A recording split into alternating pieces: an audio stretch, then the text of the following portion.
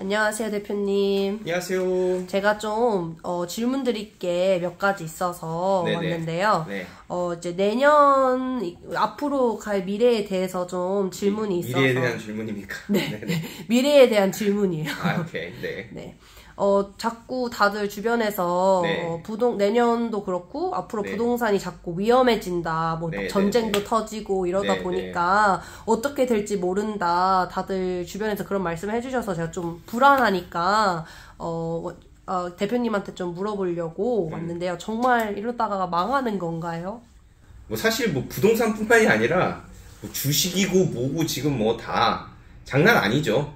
뭐 미디어만 보면은 주식도 폭락할 거다. 지금 이번에 또 이스라엘 지금 또 터졌잖아요. 5차 중동 전쟁으로 갈 수도 있고, 그 다음에 러시아하고 우크라이나 아직도 안 끝난 상태고, 지금 굉장히 일이 많죠. 2023년이 일이 많아요, 지금. 네, 그런 상황인데, 미디어에서는 뭐 엄청나게 떠들어대고 있죠. 뭐 최근에 보신 미디어 있으신가요? 뉴스?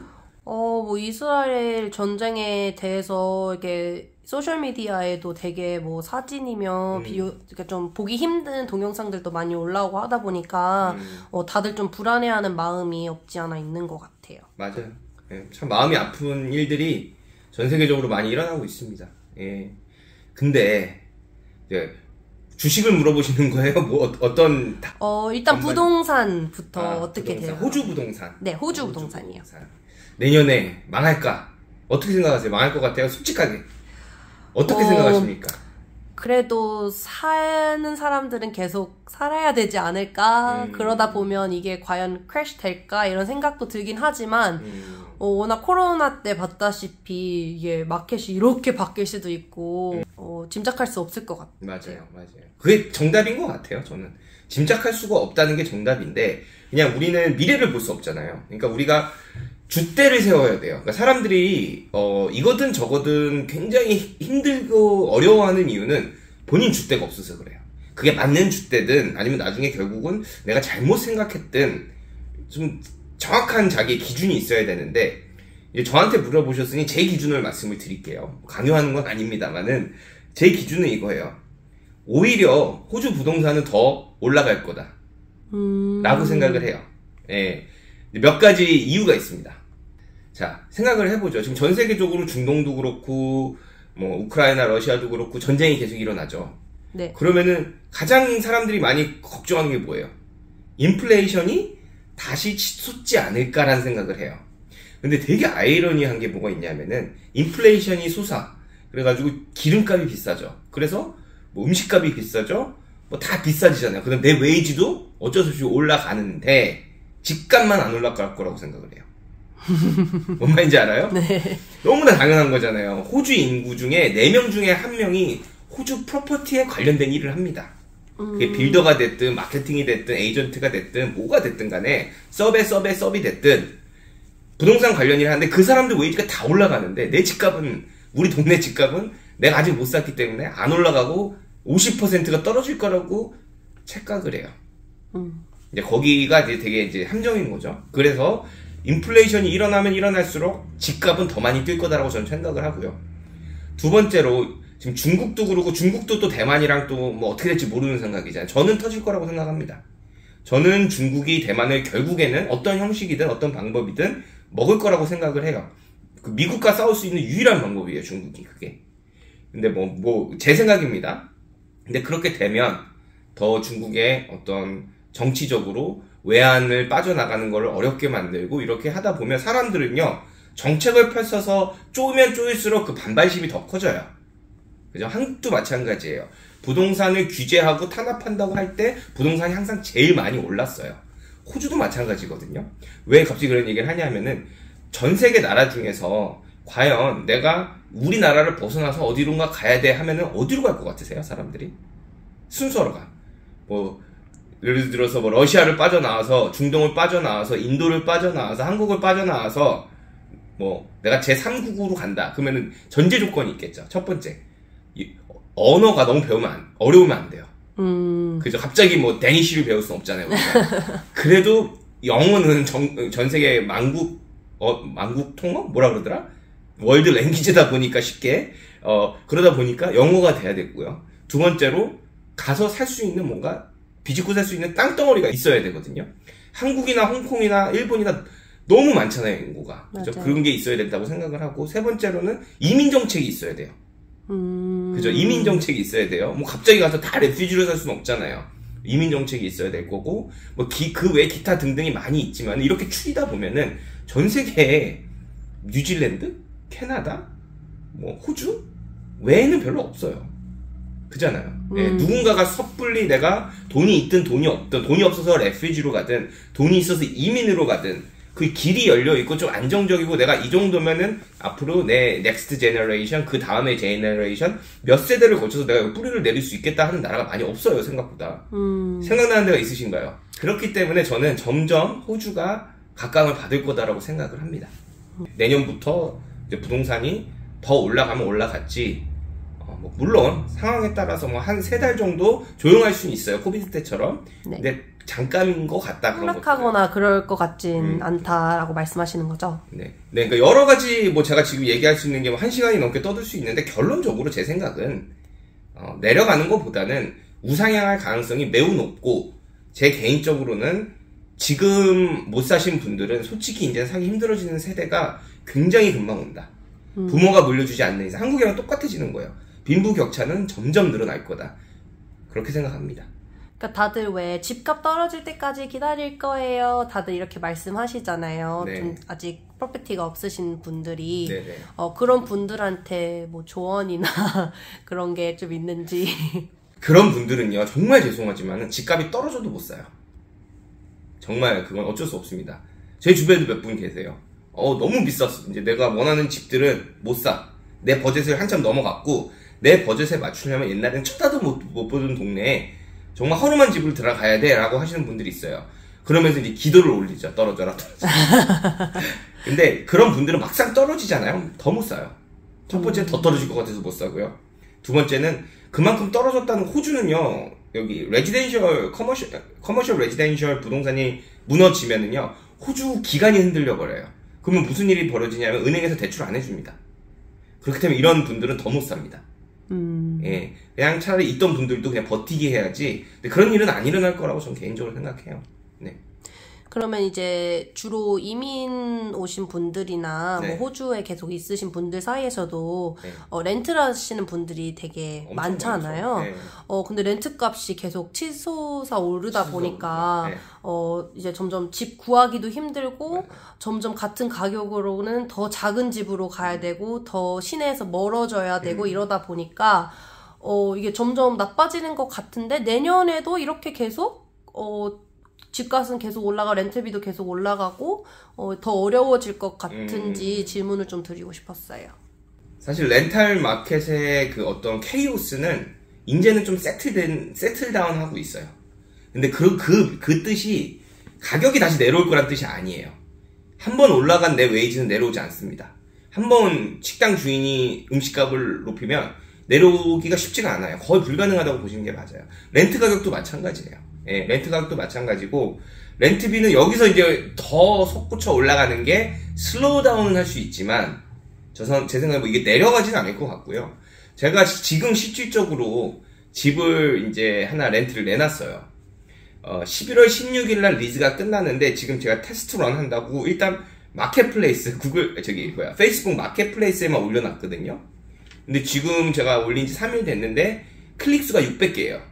뭐 물론 시티에서 6km밖에 안 되긴 한다 하지만 클릭수가 600개에 실질적으로 제가 메시지로 대답해드린 게 지금 한 70건이 넘어요. 근데 그 집이 750불입니다. 4베드룸 2바스룸 원카. 물론 시티랑 가깝다는 장점은 있지만 뭐 한 12년 3년 된 집이에요. 근데 지금 뭐 이런 상황에서 제가 750불로 이렇게 인카리가 많이 왔으면 나중에 릴리스트닷컴에 올릴 때 제가 얼마를 올릴까요? 750보다는 높게 올리겠죠. 네. 뭐 10불이라도 높게 올릴 거 아니에요. 그런 식으로 이제 점차적으로 계속 렌트는 올라갈 거예요. 근데 지금 재작년처럼 이 집이 750불 받기 전에 제가 550불 받았어요. 이렇게 빨리 많이 오른 건가요? 그렇죠. 렌탈값. 예. 예, 그러니까 550불짜리가 200불이 올라버린 거거든요. 이게 바뀔 것 같지는 않다.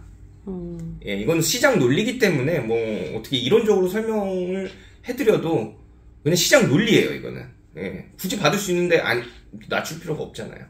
디만드는 계속 있고. 예. 가끔 드는 생각이 이렇게 렌탈비가 오르다 보면 사람들이 생각이 이렇게 렌탈비 내느니 그냥 차라리 조그만한 집이라도 사서 그걸 모기지 피로 내는 게 낫지 않겠냐라는 정확합니다. 생각을 많이 하게 되잖아요. 정확합니다. 그러면 이게 어떻게 될까요? 그러니까 이게 쉽게 얘기하면 이게 공식 같은 거예요, 부동산에. 이제 집값이 괜찮아. 렌트비도 거기 상응해. 모든 사람들이 해피하면서 살아요. 근데 자그마한 도약돌 하나로 이게 뭐 정책이 될 수도 있고 이민자 수일 수도 있고 뭐가 될 수도 있어요. 이게 갑자기 이제 파동이 생기죠. 그럼 집값이 이렇게 올라가기 시작해요. 렌트비도 조금씩 올라가겠죠. 집값 올라가는 거나 렌트비가 적게 올라가니까 이렇게 올라가요. 임계점이란 거에 다다라요. 지금이 그거거든요. 사람들이 지금 방금 말씀하신 그런 생각을 하게 되죠. 내가 진짜 더럽고 치사하고 힘들어가지고 이제 렌트 못 살겠다 라는 생각이 들어요. 그러면 내가 지금 사는 동네에는 못 들어가. 집값도 같이 많이 올라갔으니까. 그래서 나는 어쩔 수 없이 새로운 곳을 찾아 나가야 돼요. 그러면 지금은 예를 들어서 시티 반경 10km에 살았다면 내가 렌트를 다시 못하고 이전으로 차라리 난 집을 사겠어 해서 1, 2년을 준비를 한 다음에 나가잖아요. 그러면 이제 3, 40km로 나가요. 그래야지 리페이먼트가 내가 전에 냈던 렌트랑 좀 비슷해지니까. 그러면서 새로운 타운십이 형성이 되는 거예요. 그래서 옛날에는 그 동네 풀밖에 없었는데 소밖에 없었는데 하는 동네가 몇 년 만에 가보니 갑자기 그곳에 학교가 들어서 있고 콜스브로스가 있고 동네가 형성돼 있고 거기 알고 보니 몇천 세대가 몇만 세대가 이미 살고 있는 동네가 돼 있는 거죠. 그런 식으로 동네는 확장이 돼요. 네, 그래서 그런 일이 계속 벌어질 거고요.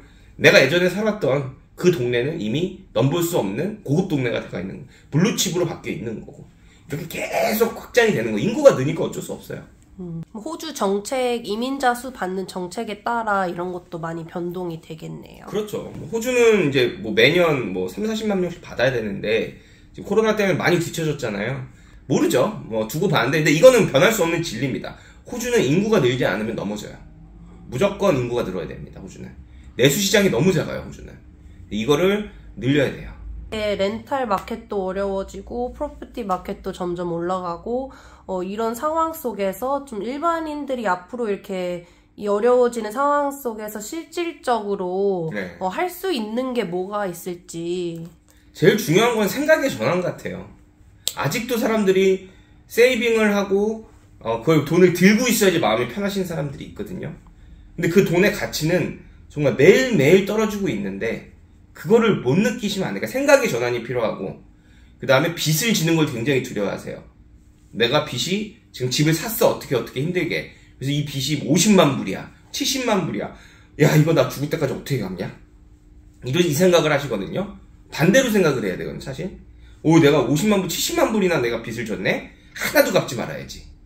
사실은 이렇게 생각하는 게 맞아요. 최소한만 내가 이자만 내든지 아니 최소한만 내가지고 유지를 하면 내가 이거 30년 후에 40년 후에 됐을 때는 지금은 50만 불이지만 30년 후에는 이게 내 현재 체감상 5만 불로 줄 가능성이 굉장히 높아요.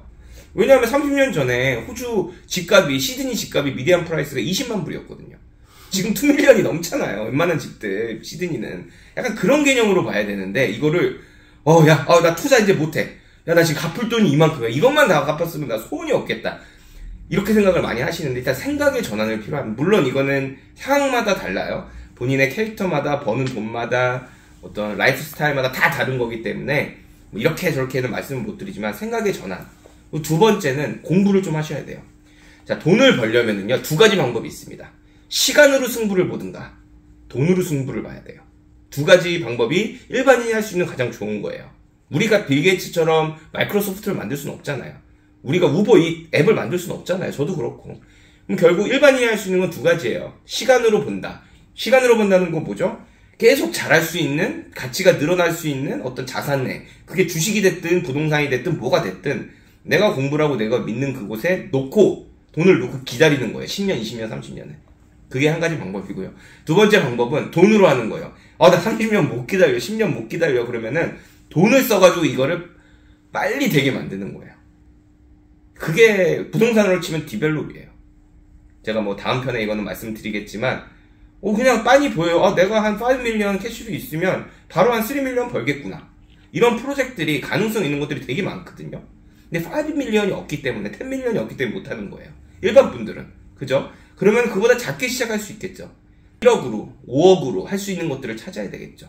예. 그 대신 거기까지는 벌어놔야 돼요. 1억을 모으든지 아니면 내가 그동안 불리든지 1억을 어떻게든 뭐 하여튼 뭐가 됐든 간에 이 두 가지 중에 하나를 해야 되는데, 이렇게 하려면은요 결국 생각의 전환이 일어나야 되고요, 실천을 해야 되고, 공부를 하셔야 됩니다. 네. 일단 미디어를 끄십시오. 뉴스를 아무짝에도 볼 필요 없어요. 9/11 사태 일어났을 때 본인 삶이 뭐가 바뀌었습니까? 그때가 이거보다 더 크잖아요. 리만 브라더스 2008년에 망했을 때 뭐 바뀐 거 있어요? 본인 인생이?